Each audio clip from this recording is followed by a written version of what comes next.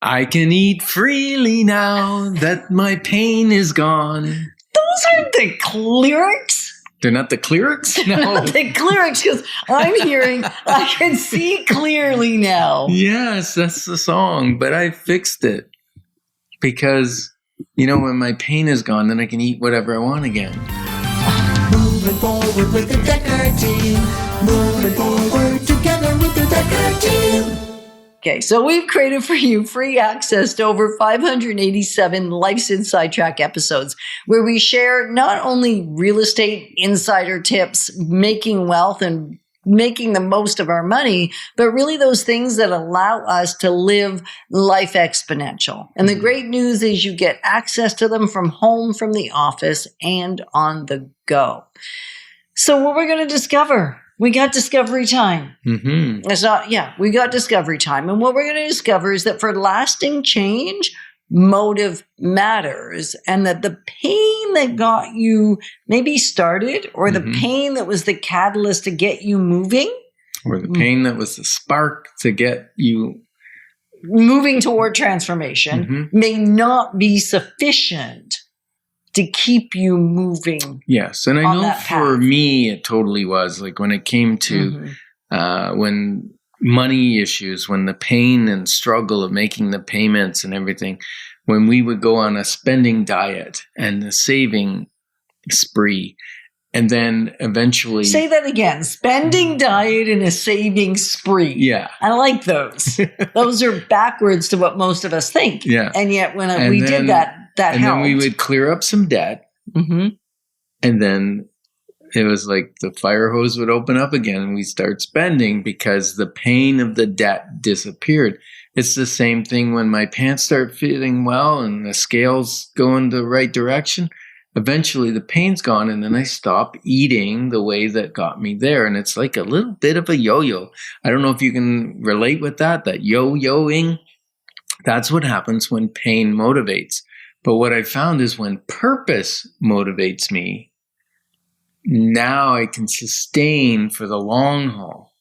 Right. And for us, we got clear on eventually that once we knew what our vision was, right, we could start to shift long-term rather than the back and forth changing, in my case, the sizes in the closet every 4 or 5, 6 years. That pattern has essentially stopped. Yeah, because we got rid of all the bigger sizes. That too, but we could have bought them again. I know, but no, because the motive changed.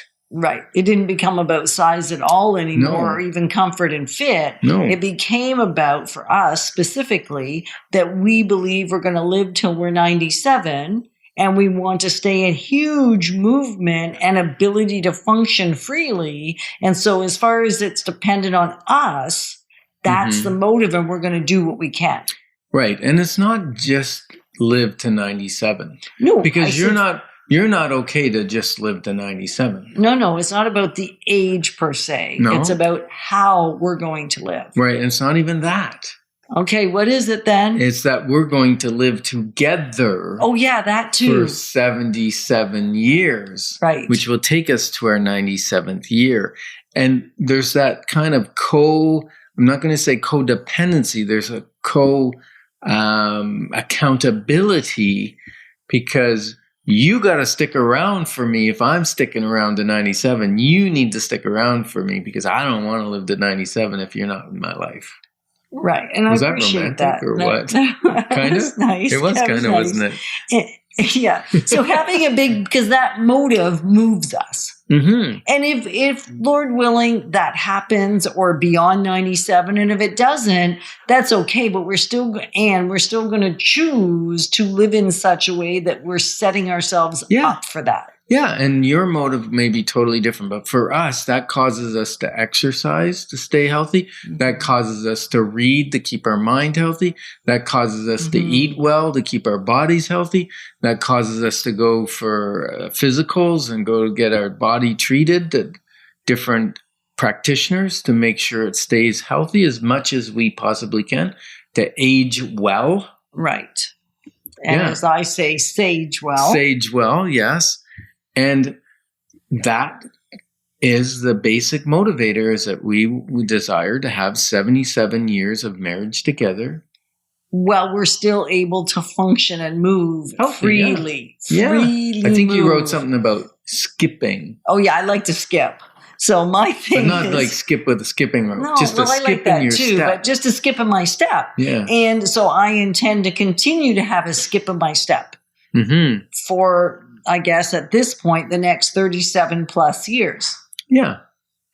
And, there's been different motivators. Sometimes it's to avoid surgery. Right. So you can actually sometimes avoid different surgeries like bladder leaking. You can either get surgery, get a what do they call that? A sling to hold your bladder in a position, or you can do the exercises to move your bladder into that position and stop it. Right. And for me, my journey toward mobility and movement and all of that really started with that. That was your pain motivator. That was my pain motivator. So the pain was enough to get me started. And fortunately, I was able to paint a much bigger vision and picture for my life, of my long-term health, while that pain was still moving me. Yeah. It was almost like the two happened simultaneously, where I started to get a picture of what it could look like. Before that, I couldn't even wrap my brain around it. Right.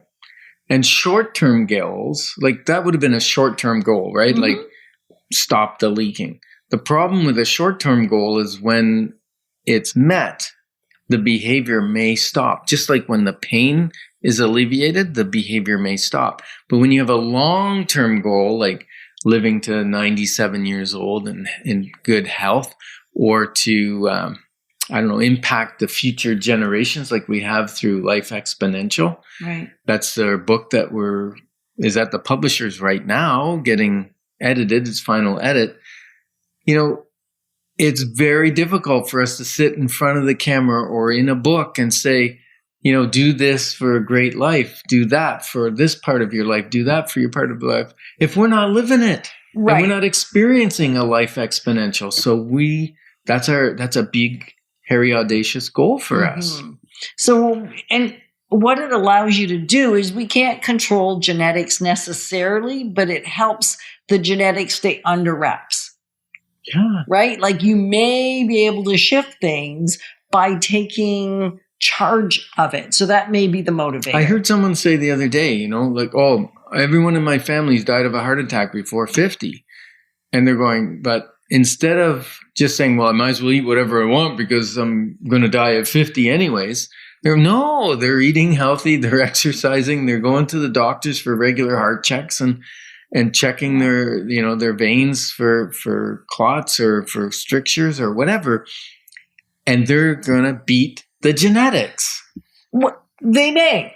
They're at least going to do everything in their power to beat the genetics. Yeah. Right? And so really what we're going to challenge you to do this time is to spend 20 minutes. Like this is the charge. Invest 20 minutes and write out in ink on a piece of paper, not in the computer, because it translates differently, I am told, again and again. Write out what your vision is for your life that will allow you to move forward toward that excites you, that inspires you. How can you inspire yourself with your vision motivator? Yeah, excellent. And we are just privileged that we get the opportunity to grow alongside of you because we're passionate about positioning us and you for generational legacy. Moving forward with the Dekker Team. Moving forward together with the Dekker Team.